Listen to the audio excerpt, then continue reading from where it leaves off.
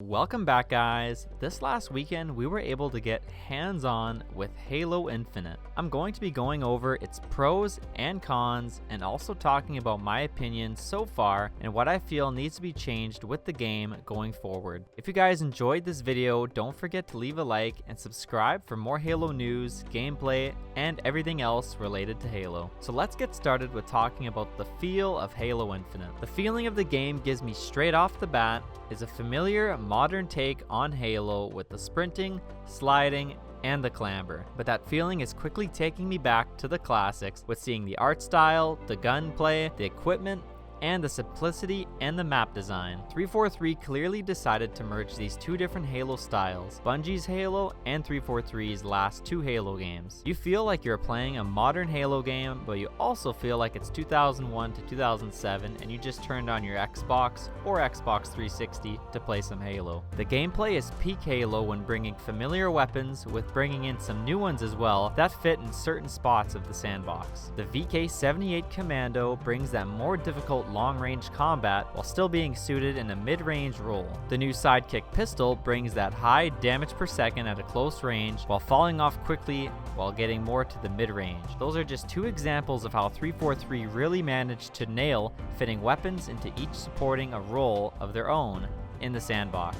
The equipment brings some of the most fun and technical aspects of Halo that I absolutely love. It's familiar to have a wide range of uses like Halo 3's equipment, while bringing its new takes on certain ones and a whole variety of equipment we never would have thought to have been added to Halo. The Grapple is a prime example of something completely new, but is my favorite new thing to be added to Halo since the thrust in Halo 5. It has so many uses to where 343 needs to keep it at a very limited use item and almost as a power weapon for both teams to fight for as its placement on the map shows.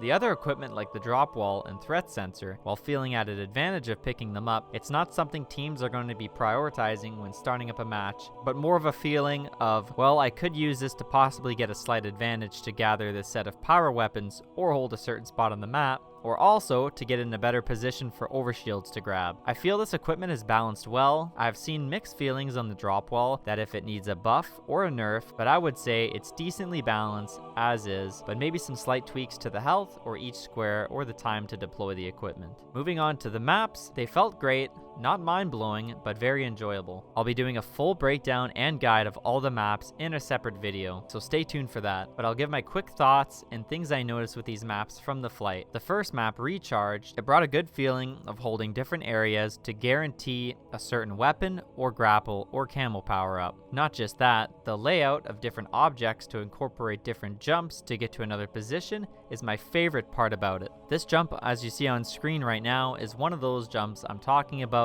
It lets you get from one spawn point as an access route to get to the grapple faster, rather than going around to blue room or yellow pillars. Just one example of not just giving a path to you, but kind of creating your own path out of the objects in the map. But it's not easy as well. You have to think about shooting and strafing and not falling off the pillars and trying not to die at the same time while going through that certain route. So it can be very difficult to take this route and more of a risk of dying with everything incorporated into it. The other two maps, Bazaar and Livefire, were more underwhelming of the three, but if I were to rank them, I would put Bazaar over Livefire with it being symmetrical, and the look of the map feels very bright and brings a good new look to Halo that we never seen before. Lots of people comparing the art style of Bazaar with being similar to a Call of Duty style map, which I can understand, but it brings a nice new touch to Halo with not sacrificing the feel of Halo in it, with interesting jumps and everything being placed in a certain spot for a reason to use in the sandbox. Livefire felt generic, but had great routes to bring you to different areas on the map, and also great power positions to hold to control certain areas of the map as well. Moving on to the PvP aspect of the flight, it was great. The pace compared to playing against bots really slowed down and was a bit odd at first, but with 15 hours against bots, it makes sense now. But the last 3 games I had in PvP were very memorable and competitive, and feeling like it was the good old Halo I know and love. Holding positions, waiting for spawns, coordinating power weapon grabs with teammates I played with, playing my life, it all kept feeling better each game I played. But with only 2 hours on the PvP aspect, when it concluded,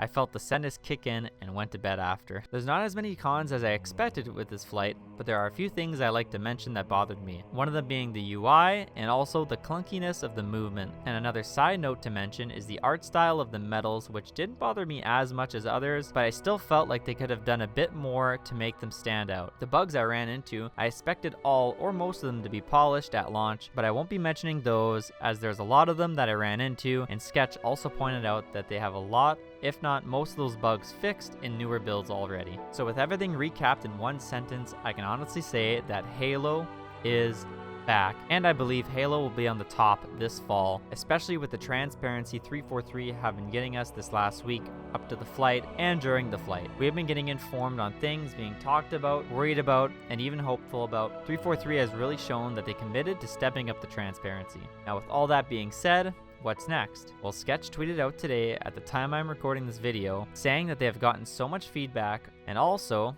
that the things we have been reporting, a lot of them have been fixed already, as the build is a couple months old and them knowing already of these issues. They will share a recap and a lot of the things that the community mentions and wants to see fixed or changed on Waypoint. Most likely in a week or two, because of him saying that it will take time to complete. He also mentions they will plan out at least another large-scale flight, with it being more focused on PvP and other aspects of multiplayer. So basically, big team battle, objective game types, all of it being focused on PvP with no bots included. There's no time on when that will be out, but I'll keep you guys updated when we get more news and info on it. I would say most likely end of August to beginning of September as of now. But with all that being said, let me know what you guys thought of the first Halo Infinite flight down below if you were able to get into it. And if not, what did you think of it from watching gameplay from myself or anyone else on YouTube? If you guys enjoyed this video, hit the like button, and if you're new here, subscribe for all the latest from Halo and to see more gameplay, news, and everything Halo related. See you in the next one.